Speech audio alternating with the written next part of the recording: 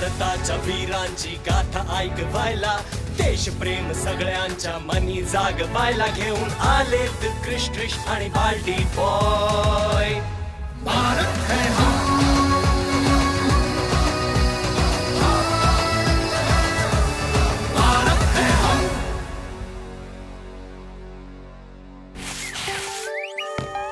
गरमागरम ओट्स.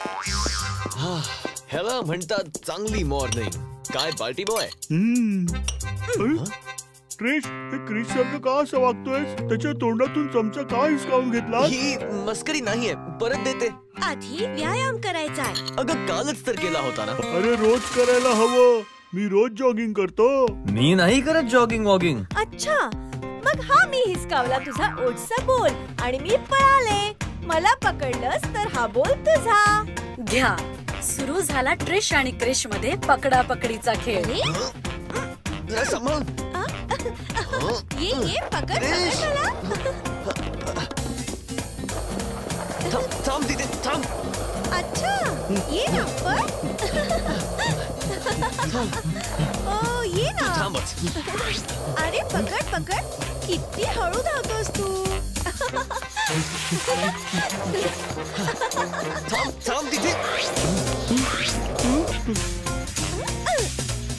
हे घे क्रिश, चल आता नाश्ता करूया. मग मला इतकं पळवलं का? कारण तुझा आजचा व्यायाम झाला.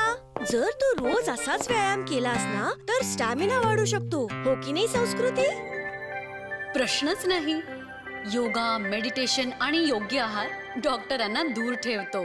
आता कळलं आळशी क्रिश? बस बस, आली मोठी झाशीची राणी. झाशीची राणी? पण ट्रिश तर कधी झाशीला गेलीच नाहीये. पण लढण्यामध्ये तशीच मर्दानी आहे.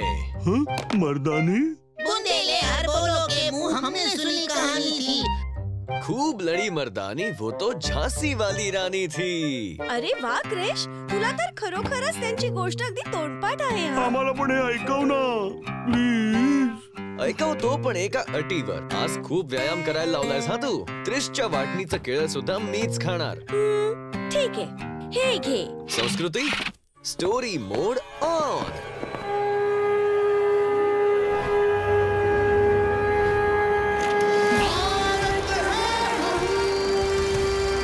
मणिकर्णिका म्हणजेच राणी लक्ष्मीबाईंचा जन्म सन 1828 रोजी बनारसच्या एका ब्राह्मण कुटुंबात झाला होता.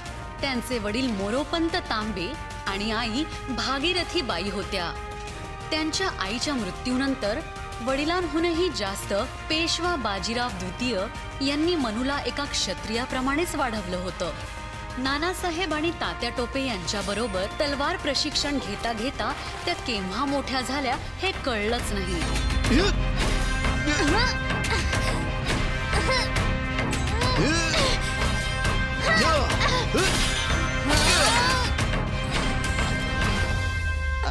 जोपर्यंत नानासाहेब, तात्या टोपे आणि मणिकर्णिका सोबत आहेत, आपल्याला कोणीच हरवू शकत नाही. वाह मनू, तुझी तलवारबाजी बघून तर मी प्रभावित झालो.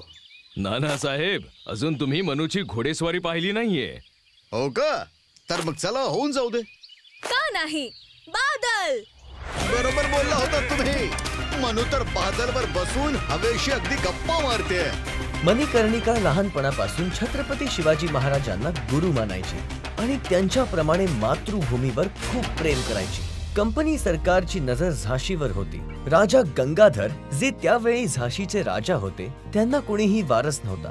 म्हणून ही माहिती असताना सुद्धा की राजा गंगाधरराव त्यांच्याहून खूप मोठे आहेत, झाशीला वाचवण्यासाठी मणिकर्णिकाने त्यांचा लग्नाचा प्रस्ताव स्वीकारला. जेव्हा पेशवा बाजीराव द्वितीय, तात्या टोपे, नानासाहेब आणि मणिकर्णिका राजमहालाच्या पुस्तकालयात स्ट्रॅटेजी डिस्कस करायला भेटले, तेव्हा मणिकर्णिका म्हणाल्या, शिवाजी महाराजांनी स्वतः सुद्धा विवाह संस्कार करूनच स्वराज्याच्या स्वप्नांचा पाया रचला आणि मी सुद्धा तेच करणार. जर का या विवाहातून झाशीला इंग्रजांच्या वाईट नजरेपासून वाचवता येऊ शकतं तर निरोप धाडा महाराज गंगाधररावांना. मणिकर्णिकेला त्यांचा हा प्रस्ताव मान्य आहे. आमची छकुली एवढ्या लवकर इतकी मोठी झाली.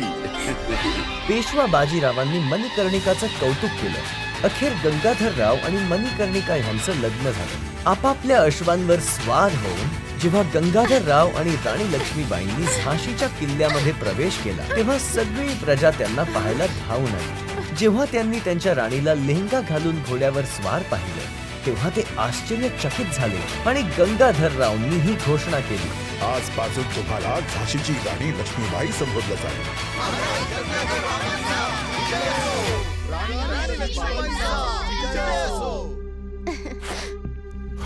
तेव्हा अचानक गर्दीमधून एक मोर पंखानी सजवलेला फुलांचा गुच्छा राणीच्या चरणावर येऊन पडला.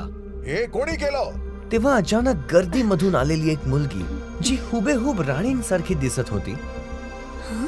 आमच्या सारख्या दिसणाऱ्या या कन्येचं नाव काय आहे? झलकारी. झलकारी, आमच्यासाठी काम करशील? हे तर माझं अहोभाग्य असेल. महाराज गंगाधर रावांचा विजय असो, राणी लक्ष्मीबाईंचा विजय असो. ऐशपत. अरे डबल रोल. फक्त चेहराच नाही, झलकारी बाईंचं वागणं सुद्धा लक्ष्मीबाईंशी खूप मिळतं जुळतं होतं आणि म्हणून लवकरच ती राणी लक्ष्मीबाईंच्या प्रिय सेविकांमधली एक बनली आणि झलकारी सावलीप्रमाणे राणींच्या बरोबर राहू लागली.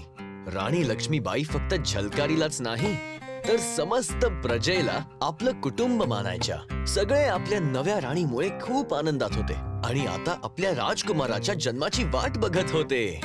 पण जन्म होताच राजकुमारांचा मृत्यू झाला. राणी उदास होत्या, राजा आजारी होते आणि झाशीला आता गिळंकृत करू पाहत होते कंपनी सरकार. मेजर ॲलिश, झाशीचे गंगाधरराव यांना स्वतःचं कोणतंच आपत्य नाही आहे आणि डॉक्ट्रिन ऑफ लॅब्स कायद्यानुसार जर कोणताही हिंदू राजा आपल्या आपत्याला स्वतःचा उत्तराधिकारी बनवल्याशिवाय हे जग सोडून गेला तर त्याचं राज्य ईस्ट इंडिया कंपनीच्या अखत्यारीत जमा होईल. राईट कॅप्टन मार्टिन, म्हणजे खूप लवकर झाशी आपली होणार. झाशी कधीच इंग्रजांशी होणार नाही. महाराजांनी आम्ही असं ठरवलं आहे की आम्ही त्यांच्या भावाच्या मुलाला दत्तक घेणार आहोत. आजपासून हे बाळच आमचा दत्तक पुत्र आणि झाशीचा युवराज दामोदर राव असेल, जो मोठा होईपर्यंत या झाशीचा कारभार आम्ही राणी लक्ष्मीबाई यांच्याकडे सोपवत आहोत.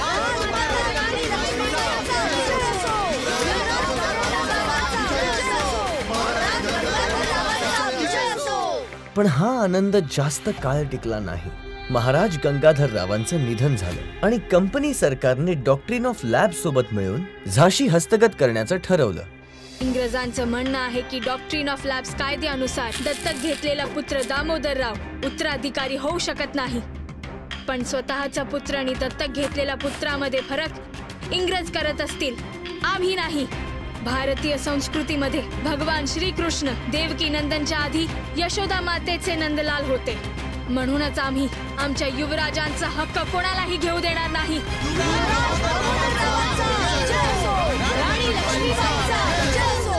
राणी लक्ष्मीबाईंनी कायद्याची खूप पुस्तकं वाचून डॉक्ट्रिन ऑफ लॅब्स कायद्याचा विरोध करत इंग्रज सरकारला एक चिठ्ठी लिहिली, जेणेकरून ते कायद्यानुसार झाशीवर हक्क सांगू शकणार नाहीत. पण त्यांना हे माहित होतं की जित्याची खोड आणि इंग्रज सरकार मेल्याशिवाय जाणार नाही. म्हणून त्यांनी सोबतच आपली फौज देखील तयार करायला सुरुवात केली, ज्यात स्त्रिया सुद्धा सामील होत्या. झलकारी, आजपासून आम्ही स्त्रियांच्या या सैन्याची प्रमुख म्हणून तुझी नियुक्ती करतो. झाशी आणि तुमच्या रक्षणासाठी लढणं माझं सौभाग्य असेल. राणी लक्ष्मीबाईंचा विजय असो! राणी लक्ष्मीबाईंचा विजय असो! राणी लक्ष्मीबाईंचा विजय असो! राणी लक्ष्मीबाईंचा विजय असो!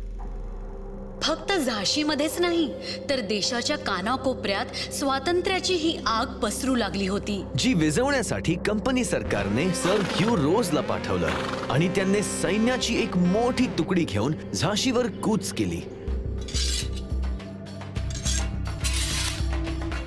जननी जन्मभूमिश्च स्वर्गादपि गरीयसी.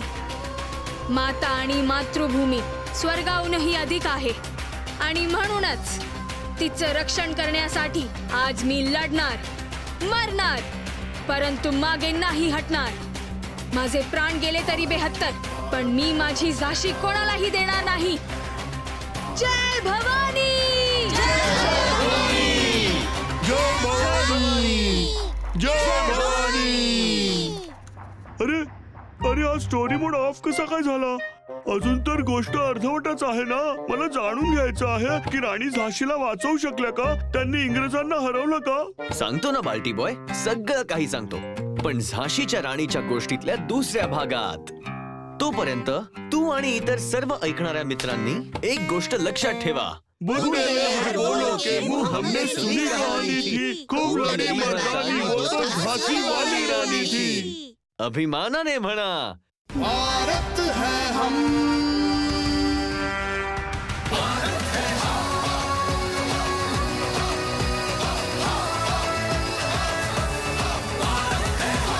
जर तुम्हाला ही गोष्ट ऐकतानाच एवढी मजा येत असेल तर विचार करा पाहताना किती मजा येईल. बघा क्रिश, त्रिश आणि बाल्टी बॉय भारत है हम दर रविवारी सकाळी 11 वाजता दूरदर्शनवर. आणि आमचे स्ट्रीमिंग पार्टनर्स आहेत अमेझॉन प्राईम व्हिडिओ आणि नेटफ्लिक्स. Stay tune.